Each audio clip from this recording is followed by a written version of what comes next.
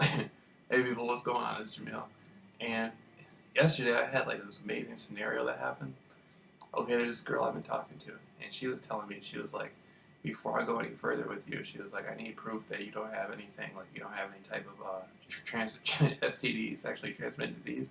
And I was like, I don't. But she was like, even if you use a condom, I still have to. Oh, I still want to see something on paperwork before you get into my bed. Blah blah blah blah blah.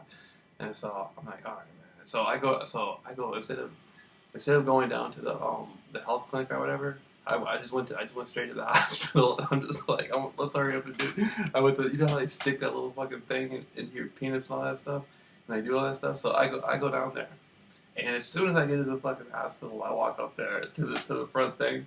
They have a woman working there, and the woman fits the same exact description of like women, like she just everything about the scenario, like she they're like she was there. They put her there just for me. And as soon as I walk in, I start hitting it with the program. I'm just like, I just start tearing. You know, I let them know I'm the only person in the world that, you know, no one ever did it like I did it. JAMEEL RAWLS, the only person who ever did it and got away with it. JAMEEL. I had to spell my name out for her. You know, I say 2 E's because you're going to get a double dose. 2 E's because you're going to get a double dose. And I was sitting there talking to her. I'm like, yeah, you're too beautiful to be working at a hospital. And she starts laughing and stuff. I go straight to the waiting room. Then they had a girl in there with some see-through yoga pants, tall blonde hair, fine as a motherfucker, with some see-through yoga pants and a thong on. And she's bending over right in front of me with the thong on. And I'm just, I'm just like, damn. I don't know whether to pull out my damn camera phone or start talking. And so I'm sitting there, you know, as fine as you are, they might as well just give you a pop. You know, I could, you know, you want to walk down to the store and get a pop, but you can't afford it here. And you know, she's sitting there talking stuff like, you know, I got my arm over the chair right here, like trying to get her to come sit down and talk to me and stuff. And so she gets up, she starts walking. They come and they call me. They're like, Jameel, is Jameel out here? I'm like, yeah, right here. So they bring me into this room. They had a nurse so damn fine. She had an ass on her boy, blonde hair. And so I go and I sit down inside the chair, and she's sitting there. And I'm like, you know, I'm just talking to her. I'm just going. I got her in there, laughing and stuff like that. Then they bring in another one with dark hair, with black hair, that's fine as hell. But oh my God, she was fine. And so she comes in and she's there, and she's wearing a black uniform, and the other one was wearing a white uniform. And so, I mean, no, the blonde hair one was wearing a blue uniform, and the girl with the black hair was wearing a black uniform. And I'm just asking both of them, like, why are the uniforms different colors and stuff? I'm just keeping it going, and they're both working for the program, and so they're looking at me like, who is this guy? Like, why is he so happy? How can, you know what I mean? Like, he doesn't know what's going on, and so I like them to think what they want. Then they take me into this other room and set me down, and I gotta wait to see them to tell them what I want to do, what I'm there for. And so I just told him, like, yeah, I want to have like one of those tests, like one of those STD test stuff. Like I gotta have proof on paperwork that there's nothing wrong with me and stuff. And so as I'm sitting there and I'm waiting in the room, they send a girl in, and you know, she's not really that attractive, but she had ass on her though, and I could tell by the way she was walking, she was there with the program. And so I got her we're in the room together, and I'm sitting there just talking to her. I'm like, you know, I'm talking to her, and eventually I asked her, I was like, yeah, so you got a boyfriend? She said, I'm married. And you can tell she's working for the program. She's sitting there, like, super nervous and stuff, like, texting, like, her eyes are like, da da da da da da da da, like her husband's probably telling her what to say. And I just told her, I said, yeah, you know, you know, I'm famous. I did a bunch of interviews in Hollywood and got set up to be killed. And I beat that and got put into the program, gang stalking program, organized intimidation is worldwide. I beat that, and I'm laying down courses for other people. And I'm at the best level. They use, you know, sexy females with fat asses and all this stuff. I'm just sitting there telling her this straight up.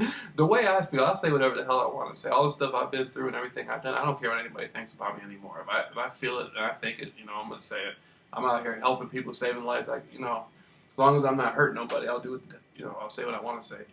And so I'm sitting there talking to her. And you can tell she's nervous as hell. You can tell the program had her in there. And so eventually I leave, and then they had another nurse. Okay, so I go into a room, and they come in there, and they're like, okay, well, if you want to get tested, we're gonna have to stick this thing in your penis. And it's the woman working there. She was fine as hell too. And then before they do that, they had a man come inside the room, and the man had some damn gloves on, some plastic gloves on. And I'm just like, what's his role? You know what I mean? What's his role? And he's sitting there, and she's like, he's just gonna watch, like, he's gonna watch my, you know, so he's gonna look at my penis? Is that what you're saying? And she's like, he's just gonna stand here and make sure nothing happens. I'm like, okay. And so she's like, pull down your pants, and I pull my pants down, and she does that thing, you know, that cop star or whatever. And I'm like, after she did, I'm like, I'm just asking because, you know, this, you know, this is how pornos get started and stuff. You know, I'm sitting there looking at her, and she's like, she starts laughing. She's like, not today, not today. And so she goes about her business. Then the other nurse came in, and the other nurse was like, you can't be saying stuff like that, blah blah blah. And I'm thinking she's talking about me and the woman who with the porno, and I'm like, what are you talking about? I can't say stuff like that. If she stuck that thing in my penis, I can say what the hell I want to say, you know. And she's like, I'm not talking about that. I'm talking about when you were in the waiting room. And so the nurse hurried up and said that and walked away. And I'm like, oh hell no, the program's trying to use that lopsided fat bitch to throw me off my game. And so she comes back. So they come back in, and so they come back in. And so I'm like, how, what gives you the right to challenge me on a conversation that you know nothing about? You weren't there. And she's like, I'm like, for all you know, that woman could be a pathological liar. And the nurse was like, you're right, sir, you're right. She probably is a pathological liar. And I'm like, what did she say? I want to make sure my name wasn't slandered. Damn it. You know what I mean? I'm getting ready to, they don't know about me, all the legal stuff I studied. When I did my conspiracy research, I studied legal stuff for years and years and years and years. So I'm getting ready to light her ass up like I'm Johnny Cochran, and I'm coming, you know, I'm ready to take him back. And so she's like, nurse is like, you're right, sir. I had no right to say that, blah, blah, blah, blah. And I'm just like, damn, the program's that weak? I'm like, God damn, what? That's how weak the program is. And that reminded me of another scenario. A few days ago, I was outside, and I was walking around, and usually there's another woman. She has blonde hair, and she's shorter. She has a fat bubble ass on her. Boy, I love looking at her ass. And I saw her, and usually the other homie, I just call him the other. I just call him, that's the homie, and that's the other homie. And so I don't, you know, and so usually he's out. Every now and then I'll see him outside, and I'm coming around the little circles in my backyard walking, and I caught him doing hand voodoo or something to the gang stalker cars, like basically letting them know I'm coming out of my walk. I'm coming out of my walk, and so they got to get active and drive down the street, like that's supposed to break me or something. And so at that point, I realized. I saw that, and that showed me how weak the program was. But the only reason I saw that is because I wasn't looking for him. I was looking for that ass.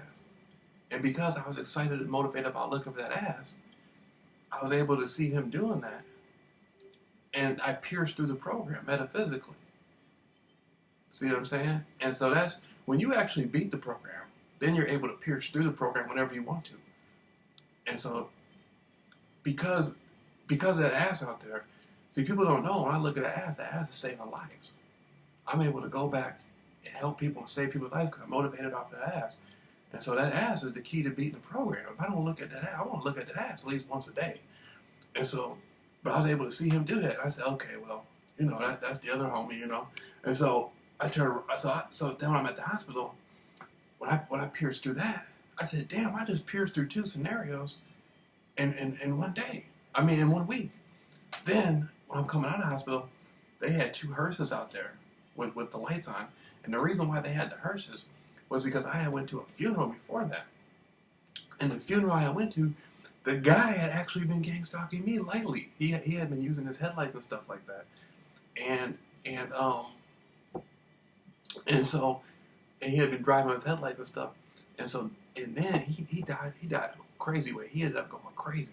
He lost it. He was on the porch at 3 in the morning, calling his niece, telling her, bitch, where are you at? And he was naked. They caught him naked on the porch at 3 a.m., telling his niece to come over there.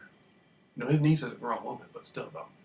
And then he ended up dying. And he ended up dying. And at his funeral, they had the lights on the hearse. And so I was talking to my friend Steve on the phone. I talk to him periodically about the program. And I was telling him, they had the lights on the hearse. I was telling him, that's paranormal stuff. They should have brought the hearse out more. And the program heard me saying that, so the program had the hearse at the hospital. That's what you call pimping the program. See, the level I'm at, we level I'm at, we don't just beat the program. Now we pimp the program. I can pick a female if I want to see more of her. I know what to say. I can say certain stuff on the phone. I can do certain stuff. I can look at her in a certain way, and the program will use her more. But when I do that, she's going to benefit. She's going to be making money out of it. I'm putting food on the table for her and the family. Her sexiness and the ass that she got is helping me to go out and motivate me to help other people beat the program. And it's a worldwide thing. So I look at it like me and her are a team. The ass that she got, we're a team. And so, you know, the ass is saving the world, saving the children, you know. For real. And so that's what you call pimping the program. And so after you beat the program, you got to be able to pimp the program. You see what I'm talking about? You got to be able to pimp the program. You got to be able to go out there and put that ass on the blade. You know the blade they call the track, the holster on the track where the hose walk down the blade.